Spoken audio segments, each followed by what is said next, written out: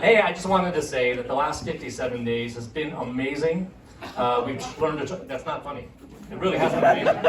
We've been trying to learn how to, express our humor in many ways, and it's been the best experience of my life. And a lot of that is because of Ron O'Neill as our teacher. Dare I say, the best teacher? Thank you. Dare I say, the sexiest? He taught me that anybody can come up here, and if you pay him money, he'll laugh at our jokes. It's true. And I'm okay with that. I don't need to pay for sex. My sex life is good. Awesome. Thank you. Foreshadowing, by the way. But I do need people to pay for my laughs. I'm just not getting a lot of laughs. And I'm thinking, what a great business idea. Escorts for comedians, right? You pay them enough money, and you will get the kind of laughs you want. Like, okay, baby, you like it slow? I could do a slow chuckle. It could build up. I could laugh from behind. I can laugh in front of your friends. Whatever you want. Yeah. Sorry, I'm falling on myself. Okay. So I think escorts for comedians would be a great idea. I'm going to have to pick up my sheet of paper because I've actually forgotten my next thing, and that's okay. That is okay. Yeah, this reminded me of last night in bed. Now I remember what I was going to say. So, the whole point was Ron O'Neill is sexy, and that was my sexy Ron O'Neill voice. My wife is here tonight. Thank you. Yes, she's right here. Thank you. I don't want to have to bring it up this way, but Ron actually gives me better laughs than you do. I'm sorry. Okay, so I'm going to give you a life hack. A life hack. This is something that happened a couple weeks ago. I was falling asleep at work again. This happens. I look at a screen 8 hours a day. So it's okay. Usually I don't get caught, but this time I felt like something was up. So sure enough, as I was nodding off, I could sense that the air traffic control supervisor was coming over. And this is what I did. I'm like, amen.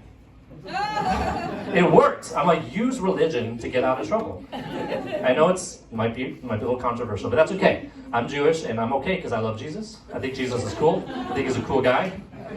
Here's a guy. Think of mad respect, bro. Jesus, when he needed to make a big decision, all he had to do was think, what would I do? And he would do it. But you got to wonder about his priorities, though, right? Like, before he started showing signs of being a prophet, he needed to get followers, so he went to a wedding one time, right?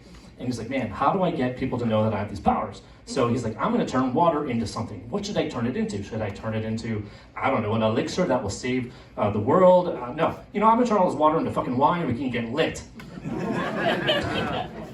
You got to respect that.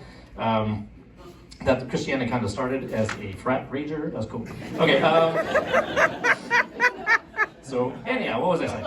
I had to make a big decision a couple weeks ago, and that is this. I bought a new car. It's a hybrid car, thank you. Yeah, well, actually, it's a gasoline car, but it identifies as electric. It actually pissed off a lot of people. I bought it because Motor Trend awarded it the best electric car of the year. But as it turns out, it tested positive for unleaded, so a lot of people were pissed off. I even took it to the car wash, and then a lot of gasoline car owners were pissed off because they felt that all the electricity would just turn their cars on, and it was just an awkward thing. Okay, so growing up in this day and age is awkward. Does anybody have kids here? I have to ask. I can't see you. All right, I heard you have kids. Wow, I'm very impressed. How many kids do you have? 3 kids? Holy shit, I'm impressed. How old are they? 15 through 19. 15? Oh, okay. So you know what I mean. Puberty, right? When they hit that puberty age, when they're young, they're fucking adorable. When they hit puberty, they become the worst horrible human beings in the world. It's like, you can't connect with them. So I didn't let it bother me. I wanted to connect with my son. I'm a good dad. So I started thinking, what could I do to remind myself what it was like? So, I started getting braces again. Why not? I started slathering my face with vegetable oil to get acne. That's an word. I started taking Viagra before work so I could get sudden erections in awkward situations again. Yeah, that kind of worked. But no, what really worked, none of that actually worked. What really worked is I had the sex talk with my son. Yeah, I was like, you know what? I've had 40 years of experience. I can lay down with everything I know. So we had this great talk. After those 2 minutes,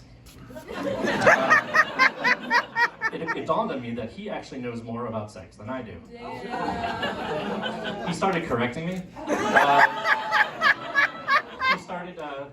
giving me words that I didn't know were things. Like, did you know that reach around is not just a basketball defensive penalty? I didn't know that. He started using words like riz, thirsty, riz up, or glow up. I don't know, all these crazy words.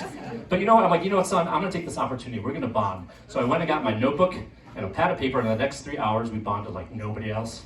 And in the next 3 months, I had the best sex of my life with my wife. Thank you. Oh, in fact, like just last week, we had an amazing, mind-blowing session. It was so cool. After we got out of the trunk of the car, she was like, "Whoa, where'd you learn that?" And I'm like, I looked at her, and I'm like, "Yeah. Well, your glow-up riz made me so thirsty." Yeah, right. So finally, I'm just like, you know what? What else can I do? I said, what would Jesus do? So anyhow, that's kind of all I got. I appreciate your time. Thank you. And Ron is really sexy.